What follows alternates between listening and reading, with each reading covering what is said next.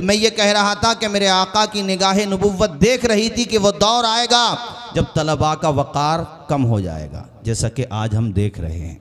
लोग ये सोचते हैं कि उन्हीं का वक़ार ज़्यादा है जिनके पेरेंट्स 1500 रुपये पर मंथ फ़ीस दे रहे हैं, यानी ट्रांसपोर्ट के अलग दे रहे हैं और फिर फ़ीस अलग देते हैं, दीगर अखराजात अलग हैं।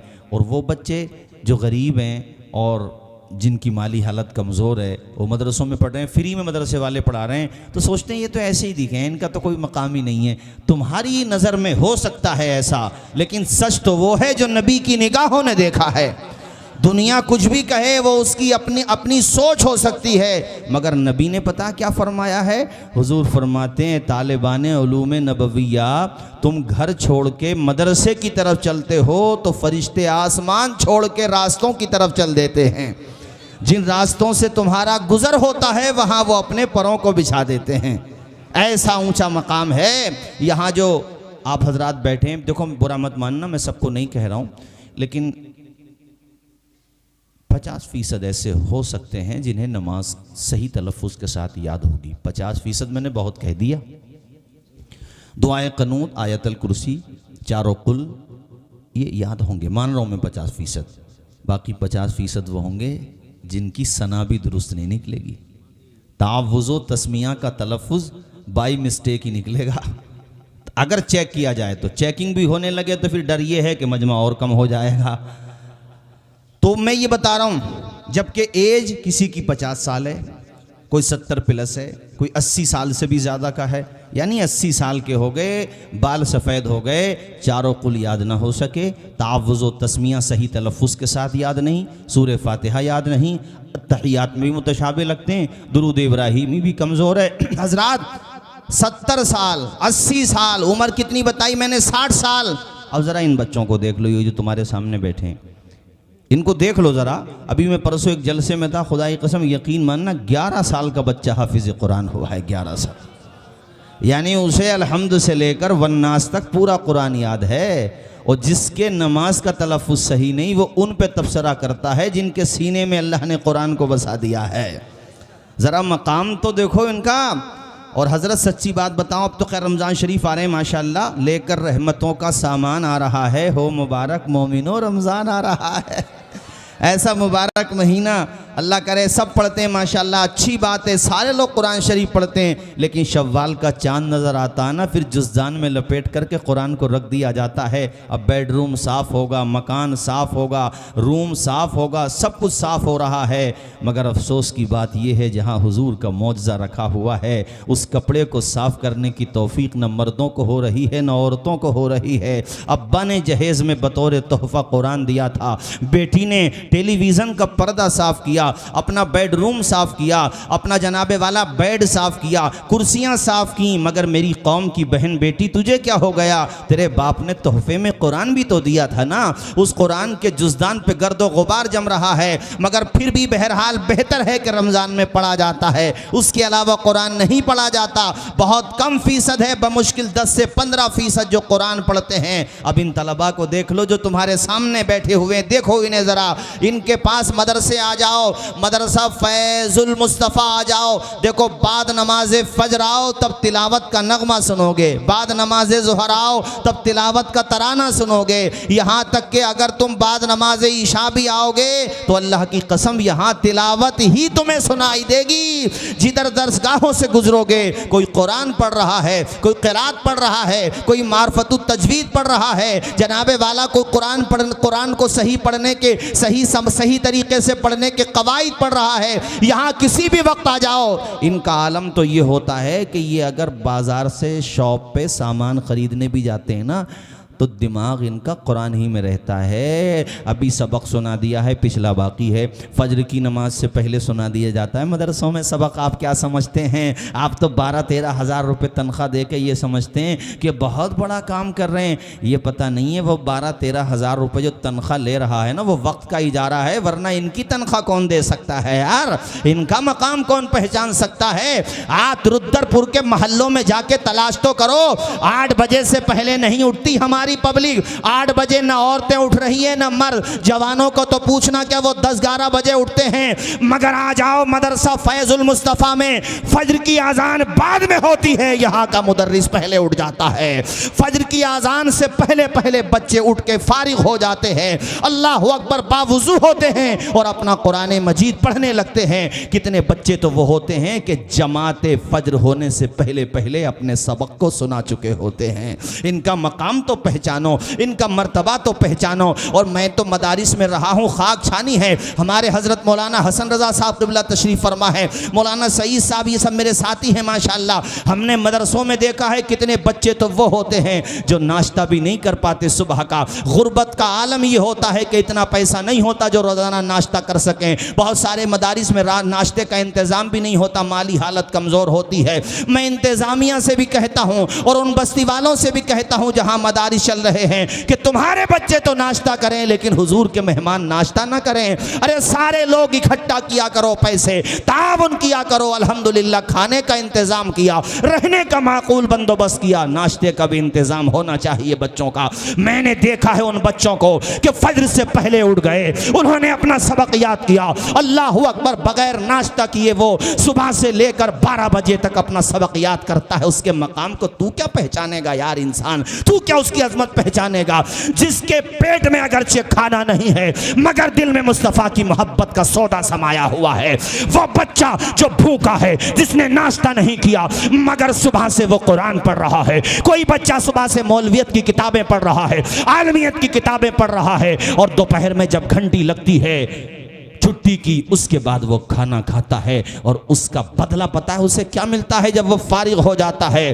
तो अल्हम्दुलिल्लाह उन्हीं लोगों को फिर लोग मोहब्बत के साथ अपने पलकों पे बिठाने का हौसला भी रखते हैं। सुभान अल्लाह। और इज्जत मिले बाद में उलमा को, वो फाइनेंशियली स्ट्रॉन्ग हो जाएं तो हसद न करो, उनसे जलो नहीं। ये देखो कि इनकी कामयाबी के पीछे इनका अतीत छुपा हुआ है, इनका माजी छुपा हुआ है, इन्होंने बड़ी मेहनत की है तब जा कर के ये इस मंजिल तक पहुँचे हैं। ओ यार आसान नहीं होता है, बड़ी मशक्क़त करना पड़ती है। कौन नहीं चाहता अपने माँ के हाथ का खाना खाना, लेकिन हम पता है मदारिस में पढ़ते थे, आज भी ये सिलसिला जारी है, मालिक ये सिलसिला जारी रहे ता क़याम क़यामत। सुनो मेरे साथियों, रमज़ान शरीफ के बाद ईद की 10-11 रोज़ की छुट्टियां ख़त्म हो गई। अब बच्चे जा रहे हैं, कहाँ जा रहे हैं? मदरसे। कोई बच्चा देखो इनमें बिहार का भी होगा, कोई बंगाल का होगा, कोई कैमरी का होगा, कोई बिलासपुर का होगा, कोई आपके हल्द्वानी का होगा। दूर दराज माँ रो रही है, बाप रो रहा है, बेटा मेरा पढ़ने जा रहा है, सुन्नत गौसे पाक अदा करने जा रहा है, सुन्नत गरीब नवाज अदा करने जा रहा है।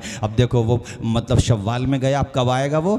बकरीद की छुट्टियों में। और फिर बकरीद के बाद जब आ आता है मदरसे में, फिर वो आता है रबीउल अव्वल की छुट्टियों में। रबीउल अव्वल के बाद तो बहुत लंबा मामला हो जाता है, फिर शब बरात की छुट्टियों में आया जाता है। और कितने बच्चे तो मेरे साथियों वो होते हैं, खुदा की कसम, जो पूरे साल मदरसे ही में रहते हैं और जब शब बरात आती है जब हो जाते हैं। बरकाती हॉस्टल में हसन भाई एक वो लड़का रहता था, मेरे ख्याल से झारखंड का था या बिहार का, तो वो रमज़ान शरीफ में जो नजराना मिलता था उसे तोहफ़ा मिलता था, उसके 2 हिस्से करता था। एक हिस्सा अपने घर वालों को देता था और एक हिस्सा अपने पास रखता था, यानी आधे पैसों से पूरे साल का खर्च चलाया करता था वो तालिब इल्म। बड़ी मशक्क़त उठाना पड़ती है मेरे साथियों, जनरल डिब्बों में सफ़र करना पड़ता है, लोगों के धक्के खाना पड़ते हैं, कोई भी कुछ कह देता। आज के ज़माने में हम लोग अहले स्टेज भी जो सफ़र करते हैं, नईम भाई बैठे हुए माशाल्लाह, हमारे मुफ्ती हसन साहब हैं, अज़ीज़म मौलाना यूसुफ साहब हैं, हम लोग सफ़र करते हैं। आज के ज़माने में टोपी दाढ़ी के साथ निकलना ये हथेली पे जान रखने की तरह है, मगर मालिक ने हिम्मत दी है, उसने हौसला दिया है। मदरसों में घुट्टी में पिलाया गया है, ऐनमा कुन्तुम हुआ माकुम ऐनमा कुन्तुम, तुम कहीं भी रहो मालिक की मदद तुम्हारे साथ है। हम तन्हा ट्रेनों में रहते हैं, तने तन्हा, जबकि सब अच्छे लोग भी होते हैं, मगर तुम जानते हो इस वक्त क्या सब चल रहा है, इस इशारा समझो मेरा। ऐसे हालात में कितने बुजुर्ग उलमा 80 साल के हैं, तने तन्हा सफ़र कर रहे हैं, 1-2 आदमी हैं सफ़र कर रहे हैं, और कैसे टोपी भी है, चेहरे पे दाढ़ी भी है, इस्लामी तशख़्ख़ुस है, खौफ नहीं डर नहीं, बस जज्बा सिर्फ इतना है कि बुलबुल से बहरहाल नशेमन न छुटेगा, बरक़े तपा के खौफ से गुलशन न छुटेगा। माहौल गर्चे अपने मवाफ़िक़ ये नहीं है, पर या रसूल अल्लाह आपका दामन न छुटेगा। वाह भाई, नारे तकबीर, नारे रिसालत। एक बस हौसला है, एक अज़्म होता है और असातिज़ा की दुआएं मिलती हैं। इनसे हसद ना करो बल्कि ये हौसला पैदा करो, या अल्लाह तूने हमें औलाद दी है, हम भी अपने बच्चों को पढ़ाएंगे। ऊंचा बोलो ज़रा। इमाम आज़म अबू हनीफा अल-मुतवफ़ा 150 हिजरी, हमारे इमाम, क्या बताया मैंने? इमाम आज़म।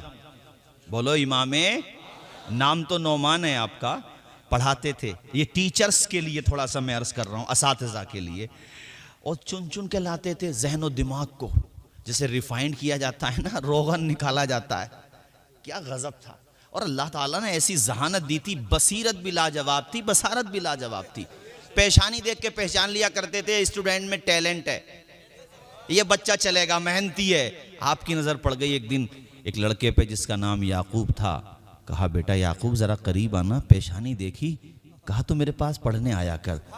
ये पता कौन है याकूब? इमाम अबू यूसुफ का नाम याकूब है। और इतनी ग्रेट पर्सनालिटी थे कि ये इमाम आज़म के साथ जब इनका नाम लिया जाता है ना तो शेखैन कहा जाता। शेखैन बहुत ऊंचा स्टेटस हो गया, सदर मुदर्रिस और नाइब सदर मुदर्रिस।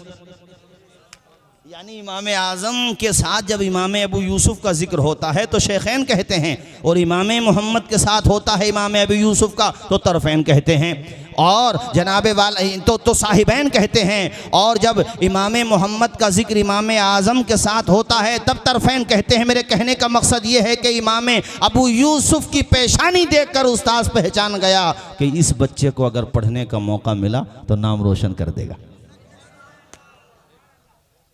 तो कहा हजरत मैं आ जाया करूंगा, लेकिन घर से बड़ा गरीब हूँ। यार एक बात कहूँ मैं, हम लोगों को भी नहीं भूलना चाहिए अपने मादर इल्मी को।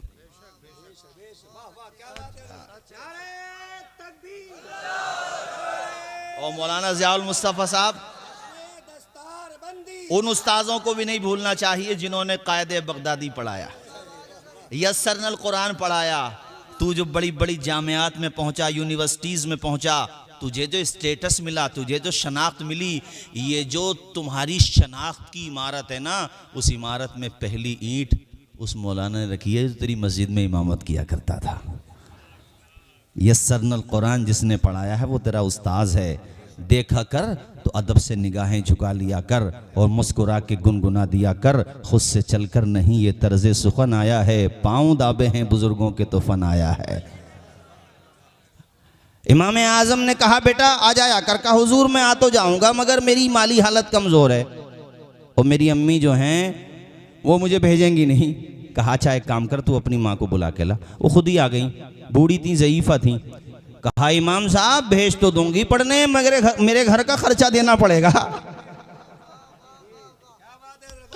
बोलो जरा जोर से बोलो। इसलिए असातिज़ा का मालदार होना भी जरूरी है। अबे जब कुछ हो गई ना तो बुला तो इसलिए असातिज़ा पे अगर कुछ आ भी जाए तो हसद क्यों कर रहे हो, किसी को फायदा ही पहुंचाएगा वो, अल्हम्दुलिल्लाह। कहा बूढ़ी औरत कितने रुपए में खर्चा चलेगा तेरे घर का? कहा इतने में चल जाएगा। पैसे बताए उन्होंने। आपने कहा ठीक है हम देंगे। सुभान अल्लाह। ऊंचा बोलो जरा और बुलंद आवाज से बोलो। कहा हम देंगे खर्चा। आने लगे पढ़ने। वो एक औरत एक दिन और आ गई। कहा हमारा बेटा हमारे हवाले करो, हमारे घर का खर्चा बहुत है और तुमने तो जैसे वो इतनी तालीम याफ्ता नहीं थी। इमाम आज़म ने मुस्कुरा के फरमाया ओ याकूब की माँ पढ़ने दे अपने बेटे को। अल्लाह ने चाहा ना तो तेरा बेटा वो खाना खाएगा जो बादशाह लोगों को मिलता है। ये इशारा इस तरफ था कि इसकी दुनिया भी चमकेगी और आखिरत तो चमकना है ही। अरे क्या निगाह थी मेरे इमाम आज़म की। वो तो वक्त नहीं है वरना मैं आपको बताता। ये आज कुछ लोग हैं ऐसे जो कहते हैं वो इल्म हदीस नहीं जानते थे। अरे बेवकूफ़ हो, तुम बहुत हदीस जानते हो, इमाम आज़म की बातें कर रहे हो। इमाम शाफ़ई शागिर्द है इमाम मोहम्मद के और इमाम मोहम्मद शागिर्द है इमाम आज़म के। ये जो मुहद्दिसीन की बहारें नज़र आ रही हैं बिल वास्ता या बिला वास्ता सब तलामिज़ा हैं इमाम आज़म अबू हनीफ़ा के। ऐसा है हमारा इमाम, इतनी बुलंद वजाहत वाला, ऐसा पाया है इल्म का बुलंद उनका कि हम और आप उसका तसव्वुर भी नहीं कर सकते। सुनो साथियों, तो औरत ने कहा यानी उनकी माँ ने कहा ठीक है तो फिर अब जब पढ़ाना ही चाहते हो तो पढ़ाओ, बेटा पढ़ता रहा, उस्ताद पढ़ाता रहा। अरे रुद्रपुर के लोगों सुनो तो सही, वही गरीब याकूब जिसे कौन जानता था, मगर उस्ताद अच्छा मिला, कामयाब मिला, सच्चा मिला, मुखलिस मिला। उसने इल्म पढ़ाया नहीं, गोया के पिलाया है। और इमाम याकूब यानी अबू यूसुफ पढ़ते रहे। एक दौर वो आया, आसमान इल्म व फजल पर बदरे मुनीर बन के चमके। उनकी जलालत इल्मी का झंडा फजल व कमाल की चोटियों पर लहराया। उनकी ज़बान से निकलने वाले मसाइल गोया के वो जुज़ियात बन गए कुतुब फ़िक़ह की। और अल्लाह ने ऐसा मलका उनको दिया, ऐसा इस्तेहज़ार दिया, ऐसा क़ुव्वत इस्तिदलाल दिया, ऐसी गज़ब की ज़हानत दी कि जहाँ बड़े बड़े फ़ुक़हा, अपने वक्त के बड़े बड़े बुलगा, बड़े बड़े जय्यद उलमा जहाँ जाकर लाजवाब हो जाते थे, वहाँ भी इमाम अबू यूसुफ का कलम मुस्कुराते हुए चलता था, चुटकियों में मसाइल हल कर दिया करते थे। रुद्रपुर के लोगों, उस्ताद की दुआ का असर देखो। वही याकूब यानी इमाम अबू यूसुफ, एक दिन वो आया, चीफ जस्टिस बन गए। यार मैंने आहिस्ता से बोला तो तुमने भी आहिस्ता से सुभान अल्लाह बोला। हमारे भारत में एक बहुत बड़ी परेशानी ये है कि कामयाब बात कहने के लिए भी बड़ी आवाज़ का सहारा लेना पड़ता है। हालांकि देखो, समात का मज़ा ये है कि आप आवाज़ के ज़ोर को मत देखो, गुफ्तगू के ज़ोर को देखो। हमारे वहाँ जब तक ज़ोर से नहीं बोलो वो समझते पता नहीं कौन सी बात कह दी। अरे मैंने तुमसे ये कहा चीफ जस्टिस बन गया। कोई बच्चा उत्तराखंड हाई कोर्ट का जज बन जाए तो दुनिया सैल्यूट करेगी उसे। यार गरीब रक्षा पोलर का बच्चा था, दहाड़ी लगाने वाले का बच्चा था, उत्तराखंड हाई कोर्ट का जज बन गया। और अगर उत्तराखंड हाई कोर्ट का चीफ बन जाए यानी सारे जजिस के ऊपर हो, तब भी कितनी बड़ी बात है। ये ऐसे नहीं किसी एक रियासत के नहीं, मैं अबू यूसुफ की बात कर रहा हूं, किसी एक रियासत के जज नहीं बने, आलम इस्लाम के सुप्रीम कोर्ट के चीफ जस्टिस बन गए। यानी सारे जजिस के ऊपर जिसका मकाम था, जिसके कलम से अपने वक्त का शहंशाह भी कांपा करता था, ये मकाम किसने दिया बताओ रुद्रपुर वालों? ये मकसद किसने दिया? ये उस्ताद की दुआ ने और बेपनाह मेहनतों ने दिया है। ये इल्म की वजह है जो आज वहां तक पहुंचा है उस माँ का बेटा जो गरीब माँ थी। इसीलिए चार पंथियां भी सुनते चलो। स्टूडेंट हमारे बैठे हुए हैं स्कूल वाले, काश वो बच्चे चले गए। काफ़ी शुरू में मैं देख रहा था मजमा बहुत था, मगर अब भी काफ़ी है माशाल्लाह। और ये नहीं भी होता तब भी रुद्रपुर वालों मैं तो अपनी ड्यूटी पूरी ही करके जाता, चूँकि ये मेरे दोस्त और अहबाब तशरीफ़ फरमा है। इनकी मोहब्बतें अल्हम्दुलिल्लाह अल्लाह इन सबको शादो आबाद रखे। सुनो मेरे साथियों, लोहा जितना तपता है उतना ही ताकत भरता है, और सोने को जितनी आग लगे उतना ही परखर निखरता है। मिट्टी का बर्तन पकता है तब धुन पर खूब खनकता है। सूरज जैसा बनना है तो सूरज जैसा जलना होगा। नदियों सा आदर पाना है तो पर्वत छोड़ निकलना होगा। हम आदम के बेटे हैं, क्यों सोचें रास्ता सरल होगा। कुछ ज्यादा वक्त लगेगा पर संघर्ष जरूर सफल होगा। हर एक संकट का हल होगा, वो आज नहीं तो कल होगा। और माशाल्लाह बड़े मुस्कुरा रहे हैं। क्या नाम है आपका? सैयद साहब को अरे कुर्सी पे बिठाना चाहिए था ना हज़रत को। अच्छा माशाल्लाह, अरे मुबारक हो आपका बेटा भी कारी बनाया, हाफिज बनाया माशाल्लाह। अल्लाह खुश रखे, शादो आबाद रखे। सुनो साथियों, अरे शिक्षा, एजुकेशन, तालीम ये शेरनी का दूध है। वो जो शेरनी का दूध पिएगा वो खामोश नहीं रहेगा, दहाड़ेगा जरूर वो। मेरे कहने का मकसद सिर्फ इतना है, कुछ किए बिना ही जय जयकार नहीं होती, कोशिश करने वालों की कभी हार नहीं होती। मौलाना मुजीब साहब, मुफ्ती मुजीब साहब बैठे माशाल्लाह, बड़ा अच्छा स्टाफ मिल गया। अरे कमेटी वाले हैं या गुजर गए यहाँ पर माशाल्लाह? अच्छा अल्लामा शेर मोहम्मद साहब माशाल्लाह। मैं बहुत पहले आया था यहाँ, पहले कभी वो राइट हुआ था ना, तब हम आए थे एक दफ़ा यहाँ मदरसा देखा था। खैर ये बहुत शानदार। और यहाँ तो मेरे कई अहबाब पढ़ा रहे हैं, मुफ्ती मुजीब साहब हैं, मौलाना हमारे मुफ्ती तकी साहब हैं माशाल्लाह। अल्लाह सबको शाद व आबाद रखे। इसको चमन को सींचते रहो, जैसे अब खुशबू लुटा रहा है ना, यहाँ तुम अपने तिजोरियाँ खोलो, माल खर्च करो, इंशाअल्लाह इसका फैज़ान तुम्हारी कब्रों में भी खुशबू लुटाएगा। ज़रा ज़ोर से बोलो। इदारे कोई बातों से थोड़ी चलते हैं, मेहनत करना पड़ती है। अल्लाह शाद व आबाद रखे। अभी देखो, ए बेटा तुम कुरान शरीफ सुनाओगे ना इस साल? इंशाल्लाह, बोलो इंशाल्लाह। इंशाल्लाह है सुनाएंगे कुरान शरीफ। ये कुरान शरीफ जो सुनाते हैं ना, तो कई दफ़ा अब पहली मेहराब है यार बच्चे की, कुछ मुतशाबे भी लग सकते हैं।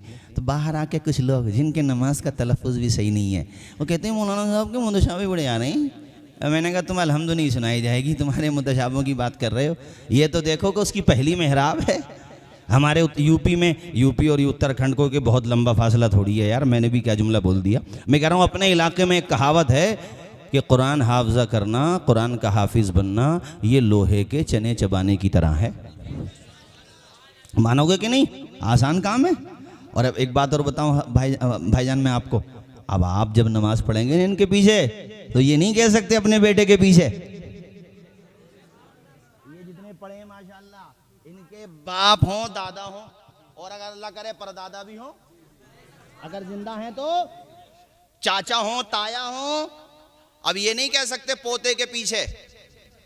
नहीं, बेटे के पीछे वो घर होगा, वहां घर कहिए। अब यहां नहीं कहेगा, अब तो कहेगा मुंह मेरा तरफ काबा शरीफ को, पीछे इस इमाम के। ये किसने दिया मकाम, ये स्टेटस किसने दिया? ये मदरसा अहले सुन्नत फैजुल मुस्तफ़ा ने मकाम दिया। अरे इन मदरसों की चटाइयों पर बैठकर तुमने जो वक्त गुजारा है वो बर्बाद नहीं गया है। और ये बात अदब के साथ तालिबान उलूम नबविया से भी, आइम्मा से भी, हुफ़ाज़ कुर्रा से भी, असातिज़ा से भी, अपने साथियों से भी कहूँगा, मैंने माना कि ये ज़माना तुम्हारी कदर नहीं करता, मगर अल्लाह की इज़्ज़त की कसम, अगर तुम सच्चाई के साथ, खुलूस लिल्लाहियत के साथ राह मुस्तकीम पर डटे रहो, इस्लाम के मुबल्लिग बने रहो, तो वो दिन दूर नहीं है कि आसमान की रिफतें तुम्हारी गर्दे राह को झुक झुक कर सलाम पेश करेंगी। रूह इकबाल तुम्हें आवाज दे रही है कि मोहम्मद से वफा तूने तो हम तेरे हैं, ये जहां चीज है क्या लोहो कलम तेरे।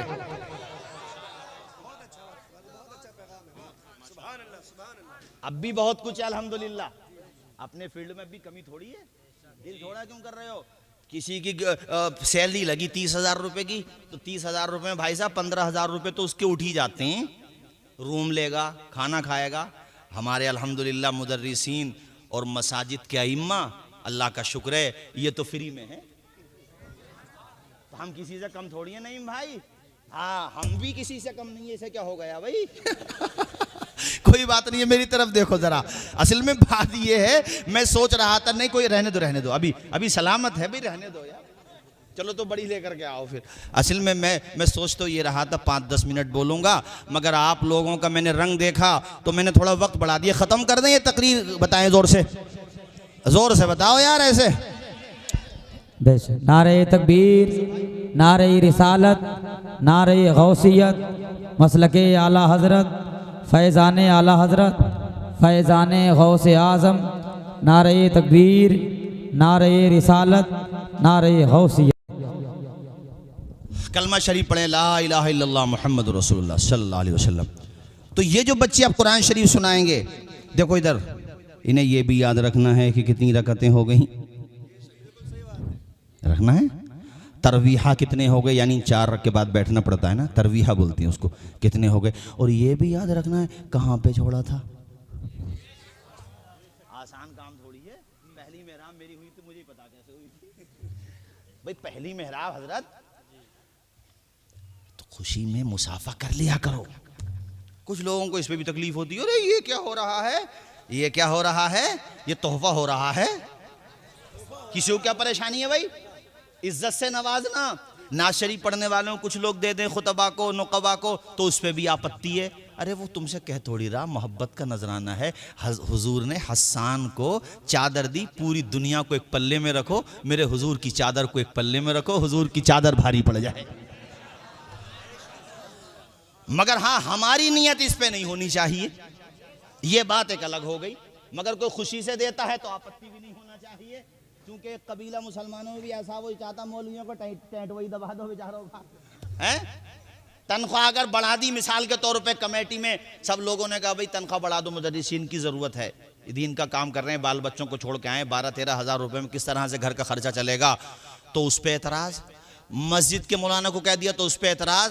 ये नहीं देख रहा है कि रात में 3 बजे तेरे घर में बेटा पैदा हुआ, सीधा दौड़े दौड़े गया, मौलाना साहब जरा कान में आजान दे दियो, बेचारा वो सर्दी में ही आ रहा है यार तेरे बच्चे के कान में आजान देने के लिए, उसका मकाम तो पहचान। उस मौके पे हाथ पे 100 रुपए रख रहा है इमाम के।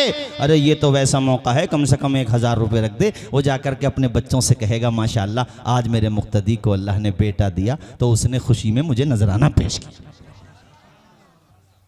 बात है कि नहीं, बोलो जरा जोर से।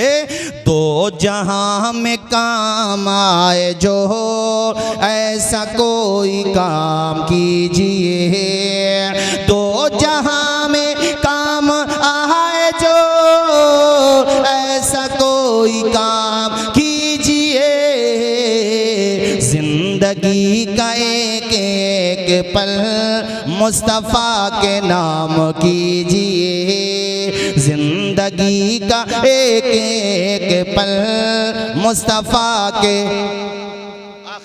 आखिरी बात फिर मैं तकरीर खत्म करूं। कलमा पढ़ो एक मरतबा, ला इलाहा इल्लल्लाह मुहम्मद रसूल। ए बेटा एक बात बताओ, तुम्हारी माओ ने तुम्हें दुआएं दी हैं कि नहीं? बोलो, जोर से बोलो।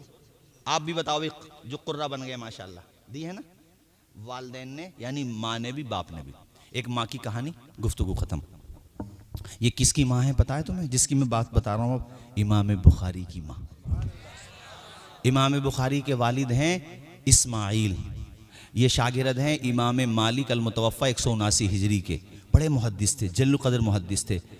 अब देखो शादी हुई ना तो दोनों परिवार ही बहुत अच्छे थे।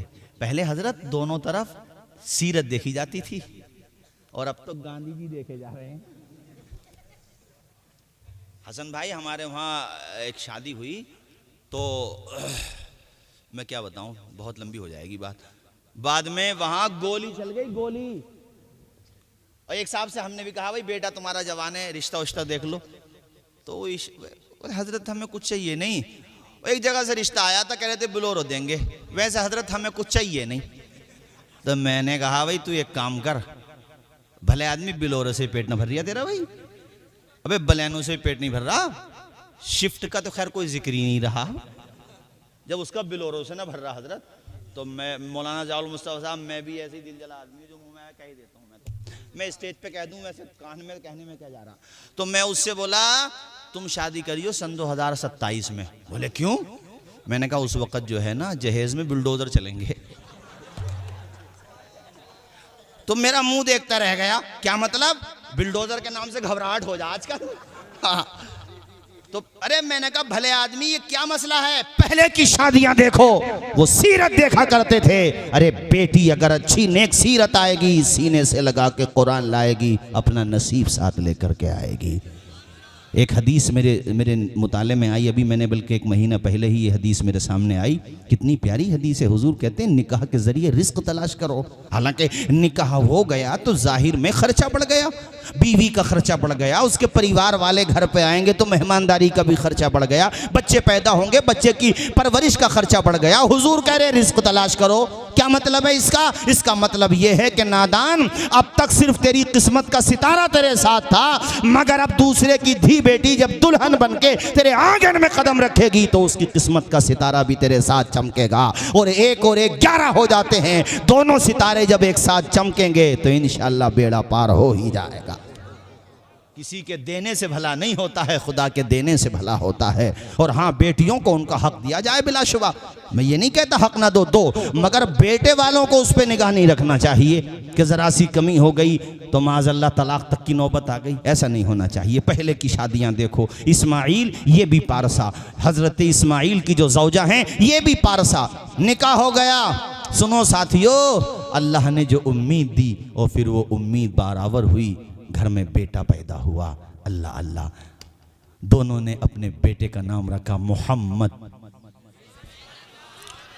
एक बात बताऊं, आपके घर पे बेटा पैदा हुआ करे ना, मोहम्मद ही नाम रखा करो। पुकारने के लिए कुछ और कह दो। आला हजरत ने अपने घर में मुताद्दिद बच्चों के नाम मोहम्मद ही रखे। पुकारने के लिए किसी को मुस्तफ़ा रज़ा, किसी को हामिद रज़ा, तो पुकारने के लिए कुछ और, लेकिन नाम मोहम्मद रखो। चूँकि अहादीस में इस नाम की बड़ी अहमियत आई है। इसी तरीके से अब्दुर्रहमान, अब्दुल्ला, इन नामों का जिक्र हदीस में आया है। नाम मोहम्मद रखा। सुनो साथियों, अभी ये कौन है मोहम्मद? इमाम बुखारी। इमामे, ऊंचा बोलो इमामे, जोर से बोलो इमामे। सन 194 हिजरी में ये पैदा हुए। अब सुनो, बचपने ही में वालिद का साया सर से उठ गया। कोई बच्चा यतीम हो जाए तो तसव्वुर कीजिए कि उसके दिल पे गम का कैसा पहाड़ टूटता है। और बच्चा तो ना समझ होता है, गम का पहाड़ टूटता है बेवा पर। जब जब भी घर पे कोई खुशी आएगी उसे अपने शौहर की याद आएगी। इनकी जो माँ थी ना, वो कनीज़ फ़ातिमा ज़हरा थी।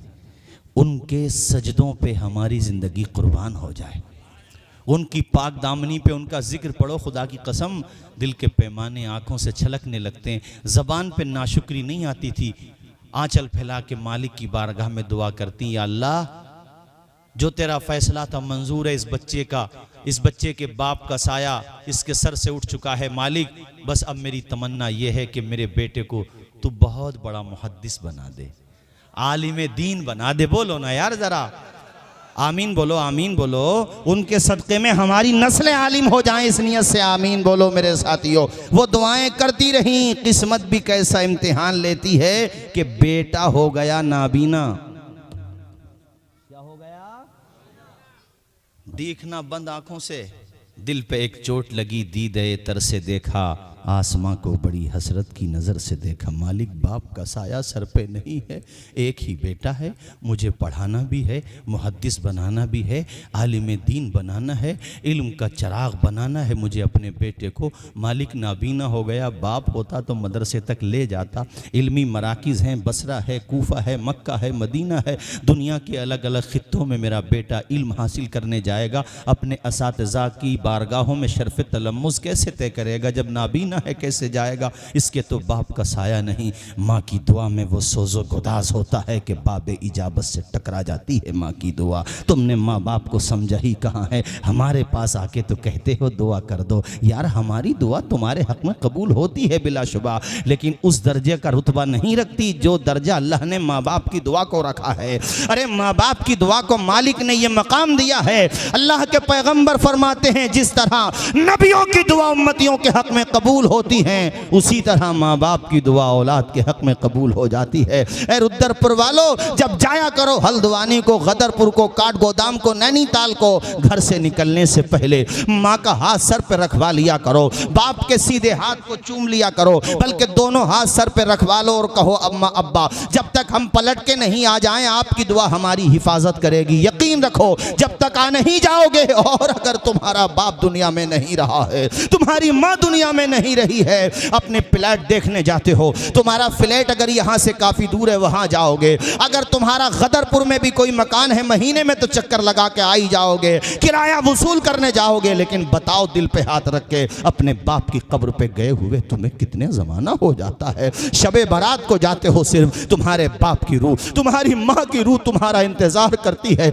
मेरा बेटा आए, मेरा बेटा आए। मगर हम कैसे बदनसीब हैं, हम कैसी बदनसीब औलाद हैं कि अपने वालिदैन की कब्रों पे नहीं जाते। मेरा जुमला अपने जहन की डायरी पे नोट करके जाना। अगर वो बाकायदे हयात हैं तो सर पे हाथ रखो, उसके बाद घर से निकलो। और अगर वो दोनों फौत हो चुके हैं, दोनों में से एक फौत हो चुका है, तो कब्रिस्तान चले जाओ। बाप की कब्र पे सूरह फातिहा पढ़ो, सूरह इखलास पढ़ो, वक्त कम है तो सूरह इखलास ही पढ़ दो और फातिहा पढ़ के आ जाओ। और ये सोचो कि अब्बा जी, जब मैं जिंदा था तो तुम्हारी दुआएं लेकर के जाता था। ए माँ, जब मैं जिंदा था तो तुम्हारी दुआएं लेके जाता था। जब आप जिंदा थे तो मैं आपकी दुआएं लेके जाता था। आज आप ज़ेरे ज़मीन आराम कर रहे हैं, मगर फिर भी मैं तुम्हारे आस्थाने पर आया हूँ। यकीन मानो, इंशाअल्लाह उनकी कब्र से तुम्हें ज़रूर फैज़ मिलेगा। जब तक पलट के नहीं आओगे, उनकी दुआ तुम्हारी हिफाजत करती रहेगी। यूसुफ भाई ज़रा मिसरे सुनिए। मुनव्वर राना साहब के 4 मिसरे मुझे याद आ रहे हैं कि हमारे कुछ गुनाहों की सज़ा भी साथ चलती है।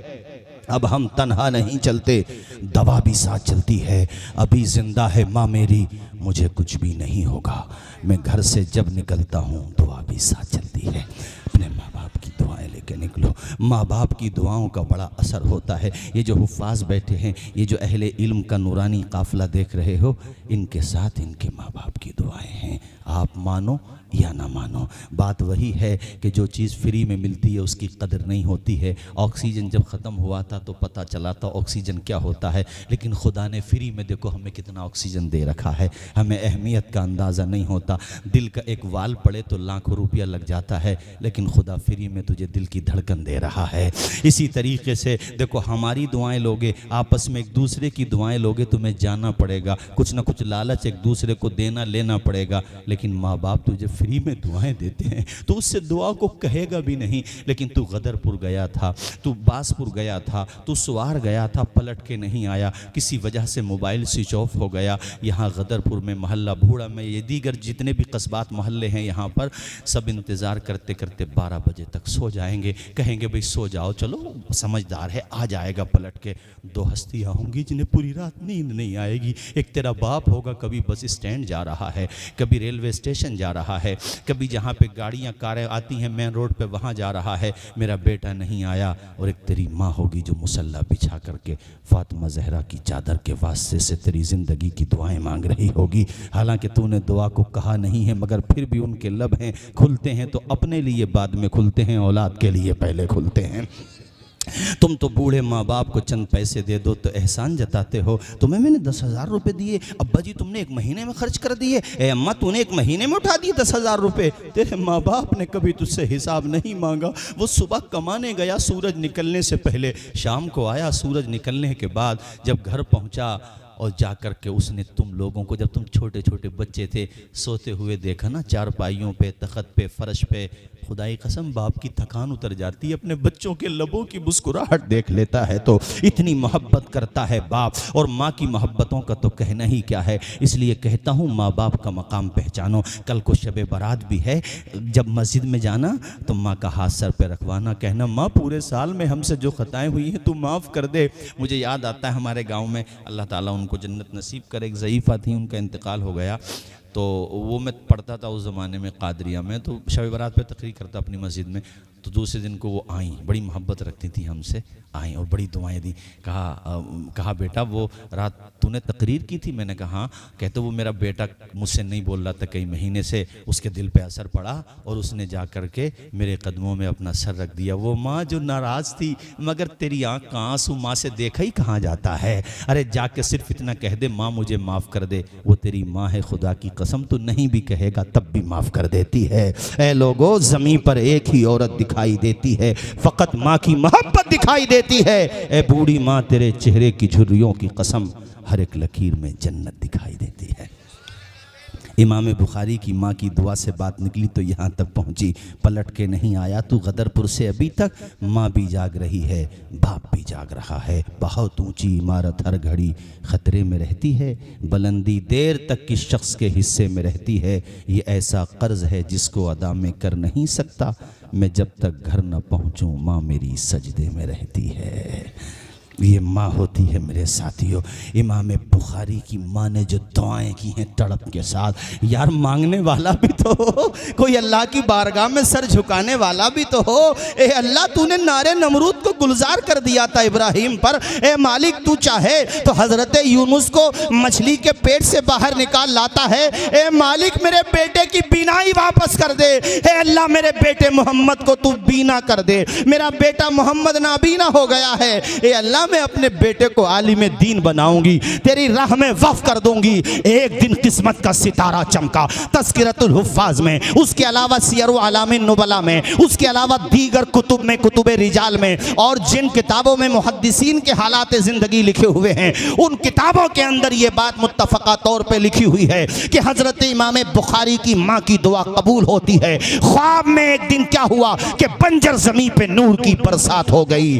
ख्वाब में अल्लाह के खलील से मुलाकात हो गई। ख्वाब में तशरीफ़ कौन लाए बोलो? हज़रत इब्राहीम खलीलुल्लाह। आवाज़ आए कौन तशरीफ़ लाए? हज़रत इब्राहीम खलीलुल्लाह। अरे नबियों को ख्वाब में देखना, हम लोग तो वलियों को देख लें तो किस्मत चमक जाए।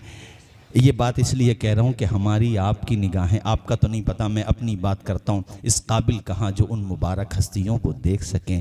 गुनाहों में डूबे हुए हैं मगर एक रिश्ता इतना मजबूत है, एक दौर इतनी मजबूत है, बस जहन में यही बात आती है कि तुझसे दर दर से सक से है मुझको निस्बत, मेरी गर्दन में भी है दूर का डोरा तेरा।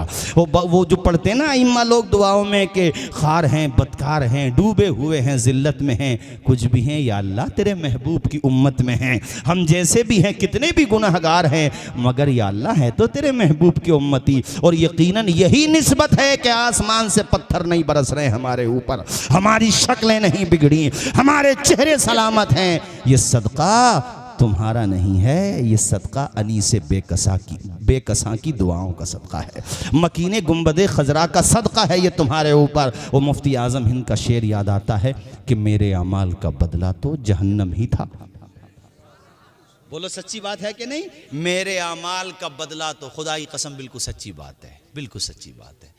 न नमाज़ों का पता, न रोज़ों का पता, कितने लोग ऐसे ज़कात तक नहीं निकालते, माज़अल्लाह बाज़ लोग शराब तक पी लेते हैं, वो क्या बोलते हैं उसको, हाँ सूद की बीमारी मुसलमानों में पनप रही है। मैं किस किस गुनाह की बात करूं, एक दो ज़ख्म नहीं सारा जिगर है छलनी, दर्द बेचारा परेशान है कहाँ से उठे। हमारे मुस्लिम समाज का जिस्म छलनी हो चुका है, एक दो दाग नहीं है कि रफू किया जाए, पूरा लिबास फट चुका है, मगर फिर भी देखो शक्लें भी सलामत हैं, आसमान की छत भी सलामत है, हमारी इज्जतें सलामत हैं। बताओ यार, मुफ्ती आज़म हिंद ने बिल्कुल सच कहा, हम जैसे लोगों के लिए है ये शेर कि मेरे अमाल का बदला तो जहन्नम ही था, मैं तो जाता मेरे सरकार ने जाने कि जैसे भी हैं मेरे हैं, जैसे भी हैं। और आला हज़रत की शायरी देखो, बड़े नादान हैं वो जो हमारे आला हज़रत पे अंगुष्ठ नुमाई करते हैं। नादानों पढ़ो आला हज़रत को, वो महबूब बारगाह रिसालत है, मत उलझो आला हज़रत से, तबाह हो बर्बाद हो जाओगे। वो कैसा आशिक है, बरेली की चटाई से बैठ के कहता है, पेश हक मुज़दा शफात का सुनाते जाएंगे, आप रोते जाएंगे, हमको हंसाते जाएंगे। वो सातें दी हैं खुदा ने दामने महबूब को, जुर्म खुलते जाएंगे, आका छिपाते जाएंगे। जरा बोलो ना जोर से सुभान अल्लाह, और बुलंद आवाज से बोलो। वो मंजर, ऐसा मंजर, आदम अलैहिस्सलाम के पास जाएंगे गुनाहगार लोग, अब आप हम सबके वालिद हैं, कहा हाँ हूँ, मगर आज नफसी नफसी है बेटा, जाओ बच्चों। अलग अलग इब्राहिम के पास गए, अलग अलग जाते रहे, आखिर में कहा जाएगा कहीं ना जाओ तुम, ऐसा करो हुजूर के पास चले जाओ। सुभान अल्लाह, बोलो यार, तुमने पहचाने ही नहीं हुजूर को। कितने कितने नसीब वाले हो कि हुजूर की उम्मत में पैदा हो गए हैं। हमें आपको अहमियत का अंदाज़ा नहीं, घर बैठे ये दौलत मिल गई हमें, वरना हुजूर के चाहने वाले वो थे, पता चल गया अभी हुजूर नहीं आए, पता चल गया हुजूर इस शहर में आएंगे मक्का में, वहीं पे घर बना लिए उन्होंने, भैया हम नहीं जाएंगे, क्या पता हम आए फिर बाद में मिले कि नहीं मिले, वहीं पे रुक गए वो लोग। कैसी मोहब्बत करते थे। मेरे आका का मकाम देखना हो तो फिर शबे मेराज में नबियों की इमामत देखो, हुजूर जो है सारे नबियों की इमामत कर रहे हैं, और आला हजरत वही तो समझा रहे हैं कि सुन्नियों सबसे आला वो आला। अगर सुनना चाहते हो तो मेरा साथ देते रहो। सबसे आला वो आला, सबसे बाला वो बाला, खल्क से औलिया, औलिया से रसूल, और रसूलों से आला। गमजदों को रजा मुज़्द दीजिए कि है बेकसों का सहारा हम। जोर से बोलो, बेकसों का सहारा। अल्लाह अकबर। मैं बता ये रहा था, बहुत आगे बात आ गई कि हम और आप इस काबिल कहाँ कि उन हस्तियों का। मैंने तो एक आलिम साहब के बारे में बल्कि मुझे बताया भी, और मैं ख़ुद भी जब गया उम्रा करने, एक दफ़ा हज करने, तो हुजूर के मुवाजहा शरीफ में निगाहें उठाने को हिम्मत नहीं होती। वो हिम्मत कैसे हो, हम इतने गुनहगार लोग हैं, उस मुबारक ज़मीन पे ऐसे झुका के मुजरिम की तरह निकलो कि मैं मुजरिम हूँ आका मुझे साथ ले लो। बोलो ज़रा दिल के साथ बोलो, ज़ोर से बोलो, मैं मुजरिम हूँ आका मुझे साथ ले लो, कि रस्ते में हैं जा बजा थाने वाले। अल्लामा हसन रज़ा का ये शेर कितना प्यारा है कि निगाहे लुत्फ़ के उम्मीदवार हम भी हैं, लिए हुए दिले बेकरार हम भी हैं। हुजूर चश्मे तमन्ना की लाज रख लेना, तेरे ग़ुलामों में ए शहरे यार हम भी हैं। और हरम की ज़मीन और कदम रख के चलना। अरे सर का मौका है ओ जाने वाले, वो मुबारक सरजमीन। तो मैं कह रहा था वो तो पाकीज़ा हस्तियाँ थी जो दीदार नसीब हुआ। किसका दीदार नसीब हुआ? ज़ोर से बोलो। अल्लाह के खलील हज़रत इब्राहीम का। और कहा ए खातून, अल्लाह ने तेरी दुआ कबूल कर ली। दुआ कबूल। और अल्लाह ने तेरे बेटे को बीनाई वापस, ये नहीं देगा, दे दी। हाय हाय हाय, माँ तो खुशी में पागल हो गई। अरे माँ माँ होती है यार। मैं माँ के हवाले से तकरीर करूं, बहुत वक्त हो जाएगा। किसी ने फेसबुक पे एक पागल औरत का फोटो लगाया और वो पागल औरत इस तरह से थी कि उसके दुपट्टे का एक हिस्सा उसकी बाहों से बंधा हुआ था यूं, और दूसरा हिस्सा उसने अपने बेटे की कलाई से बांध लिया था। क्यों बांधा था? कि मैं पागल हूँ, मुझे अपना नहीं पता, ठिकाने का नहीं पता, मगर मेरा बेटा खो गया, कहाँ तलाश करूंगी। तो उसने क्या ज़बरदस्त रास्ता निकाला, दुपट्टे का एक हिस्सा अपनी बाहों में बांधा, दूसरा हिस्सा अपने बच्चे की कलाई में बांधा, और उस पे किसी ने फेसबुक पे मुनव्वर राना साहब के ये 2 मिसरे लिख दिए थे कि खुदा ने ये सिफत दुनिया की हर औरत को बख्शी है कि माँ पागल भी हो जाए तो बच्चे याद रहते हैं।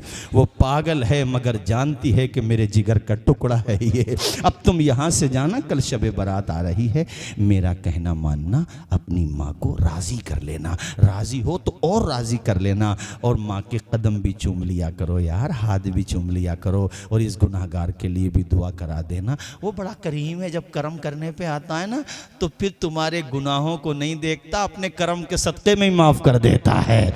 वो बड़ा करीम है। वो तो कहता आओ मुझसे मांगो तो सही, आओ मेरी बारगाह में सवाल करो तो सही। उसने कुरान में कहा है ला तक़नतू मिन रहमतिल्लाह, ए बंदो मेरी रहमत से कभी नाउम्मीद मत हो जाना, उससे उम्मीद रखो। सूखी टहनी को साज देता है, सूखी टहनी को साज देता है, पत्थरों को भी नाज देता है। उसकी कुदरत के सब करिश्मे है, उसकी कुदरत के सब करिश्मे हैं, जिसको चाहे नवाज देता है। अल्लाह अल्लाह, अपने माँ बाप का कहना माना करो, अदब किया करो, एहतराम किया करो, इशारे अबरू पे गर्दिश किया करो, खूब खिदमत किया करो। 4-5 भाई हो, सारे भाई खूब खिदमत करो। माँ तुम्हारी, बाप तुम्हारा दूसरों से मिसाल दे। हमारा बेटा बड़ा फर्मा बरदार है, बड़ा कहना मानता है, बस मैं यही चाहता हूँ कि अपने माँ बाप के फर्मा बरदार बनो, उनकी दुआएं लो। अल्लाह के खलील ने हज़रत इमाम बुखारी की माँ से कहा, ए माँ, ए इस बच्चे की माँ, तेरी दुआ कबूल हो गई और अल्लाह ने तेरे बेटे को बीनाई वापस कर दी। खत्म कर दें, इसके आगे भी सुनाएं, अगले साल सुना देंगे यार। अजीज उतना ही रखो कि दिल बहल जाए, अब इतना भी ना चाहो कि हमारा दम निकल जाए। चमन रहेगा, फूल खिलेंगे, जिंदगी रही तो अब रमज़ान के बाद ही मिलेंगे, रमज़ान से पहले ना तुम्हारे पास टाइम है ना हमारे पास। मगर ये तो मुकम्मल कर दो ना, माशाल्लाह, ये तो मुकम्मल कर दो। मैं मौलाना ज़ियाउल मुस्तफ़ा साहब माशाल्लाह, अल्लाह खुश रखे, हमारे भाईजान नाम जहन से निकल रहा। अच्छा माशाल्लाह इमरान भाई, अल्लाह खुश रखे। सुनो, आँख खुली माँ की, खुशी के आंसू आंखों में, ख्वाब सच्चे होते हैं इनके। बोलो, पहले की माएँ कोई 8 बजे थोड़ी उठती थी, आज़ान बाद में होती थी, तहज्जुद के वक्त में उठती थी। अपने बेटे को उठाया, मोहम्मद बेटे ज़रा उठना। हाय हाय नहीं बोलोगे? सुभान अल्लाह। आंखें खोली, कहा बेटे तुझे कुछ नज़र आ रहा? हाय हाय, इमाम बुखारी ने आंखें खोली, अभी बच्चे हैं, छोटे हैं, छोटे से। कहा माँ हाँ तेरा चेहरा नज़र आ रहा। माँ ने चिमटा लिया रोते हुए, या अल्लाह तेरा शुक्र है तूने मेरे बेटे को बीनाई दे दी, ना डॉक्टर ना ऑपरेशन। या अल्लाह तू अता करने पे आए तो बिजली को कड़क, शम्मा को लो देता है, तू तो पत्थर में भी कीड़ों को ग़िज़ा देता है, और देने पे जो आती है करीमी तेरी, एक मांगे तो 100 देता है, 100 नहीं 100 देता है। बिनाई वापस मिली, मिली ना। अब हजरत इमाम बुखारी का भी इश्क देखो साहब। एक बात बताऊं आपको, बोलो बताऊं। कहा बेटे तुझे नजर आ रहा? कहा माँ क्या नजर आ रहा? माँ तेरा चेहरा नजर आ रहा, और तू जो दुपट्टा ओढ़े हुए है ना उसका रंग भी नजर आ रहा, सुर्ख रंग है। ए इमाम बुखारी, तेरे इंतखाब को सलाम। बीनाई मिली तो तूने आसमान का रंग नहीं देखा,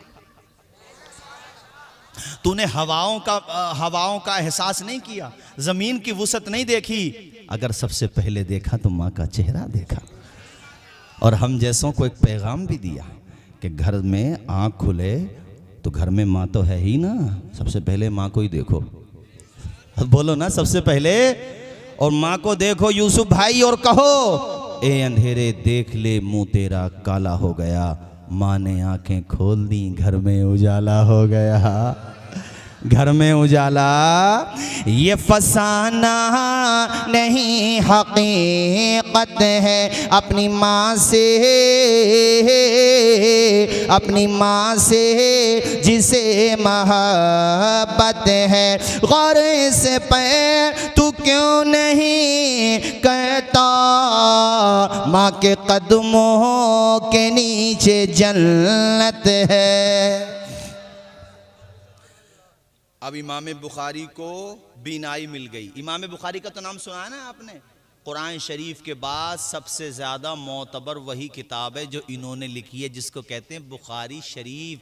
और ऐसी बीनाई अल्लाह ने दी कि तारीख़ कबीर इनकी एक किताब है, इन्होंने चराग की रोशनी में नहीं लिखी, सितारों की रोशनी में लिख दी। अल्लाह ने ऐसी बीनाई अता कर दी।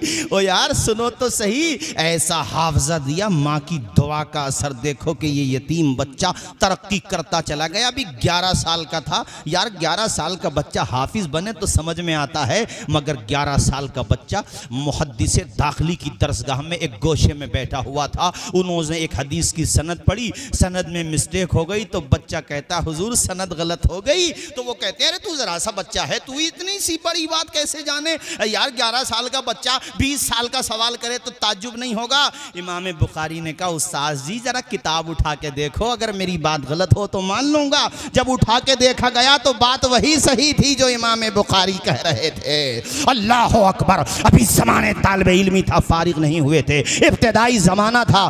पढ़ते पढ़ते 70,000 हदीसों के हाफिज हो गए थे। यहाँ बड़ी मेहनत करें तो 1000 याद होती है, वो भी बड़ी मुश्किल है। और 1000 में भी हम सोचते हैं हाफिज हदीस कसीरा कहा जाए, जबकि सगीर ही हैं हम। खुदा की कसम सगीर ही हैं। अलकावादी ज़्यादा चल रहे हैं, उसमें नामी का मिले 4-5 क्विंटल तो अलकावादी चलते हैं। सही बता रहा हूँ मैं हाफिज मिल्लत के मज़ार शरीफ के करीब बैठ के हदीसें याद करता था तो सैकड़ों तो ज़्यादा हो गई। मैं एक बात कह रहा हूँ, चलो बहुत मेहनत की, एक बात कह रहा हूँ मैं 300, 400, 500 के आसपास सिमट जाता आदमी। कोई बहुत ज़हीन है तो माशाल्लाह 1000, 1500। मैं आज के ज़माने की बात कर रहा हूँ, हम जैसे अपने जैसे लोगों की। भाई कुछ लोगों को अल्लाह बड़ा अच्छा हाफजा देता है, उनकी बात नहीं कर रहा उमूमन। लेकिन फिर भी 10,000 मान लो, चलो कोई बहुत ज़हीन है तो भाई यूसुफ भाई 10,000 मान लो। इनको याद हो गई 70,000। और यहाँ कैसे सुनाते हैं हम तुम्हें हदीस, हुजूर ने फरमाया। या ज़्यादा इतना कहते हैं कि इस हदीस के रावी अबू बकर, इस हदीस के रावी उमर हैं, इस हदीस के रावी हज़रत आयशा हैं, इतना रावी हज़रत आयशा हैं। यानी मरकज़ी रावी बताते हैं कि हुजूर से इन्होंने सुना। और फिर आपको बता देते हैं उन्हें ऐसे याद न थी, नहीं जी ऐसे याद नहीं थी, उन्हें ये याद थी कि मैंने उनसे सुना, उन्होंने उनसे सुना, फिर उन्होंने उनसे सुना, उन्होंने उनसे सुना, उन्होंने सहाबी से सुना, सहाबी ने हुजूर से सुना। ऐसे याद थी उन्हें। बोलोगे नहीं जोर से और बुलंद आवाज से। एक मुहद्दिस से आपके ज़माने में, उन्हें जब पता चला कि इस बच्चे को इतनी हदीसें याद है, इस लड़कपन वाले लड़के को इसकी उम्र ही कितनी है, तो कहने लगा भाई मुझे यकीन नहीं आता। इमाम बुखारी एक दिन मिल गए, कहा बेटे सच सच बताओ तुम्हें 70,000 हदीसें याद हैं? अभी तो तुम पढ़ ही रहे हो। मुस्कुरा के बोले हुजूर इससे ज़्यादा याद है।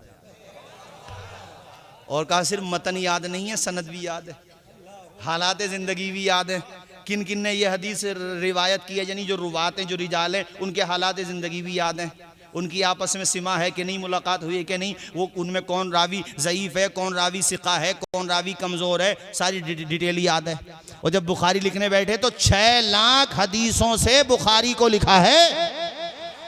यानी 6 लाख हदीसों का पहले मुसव्वदा तैयार किया, फिर उनमें सिलेक्ट करके लाएं, इंतखाब करके लाएं। 6 लाख हदीसों में से चुन चुन के लाए हैं। और बुखारी शरीफ को लिखा है 16 साल में। कितने साल में?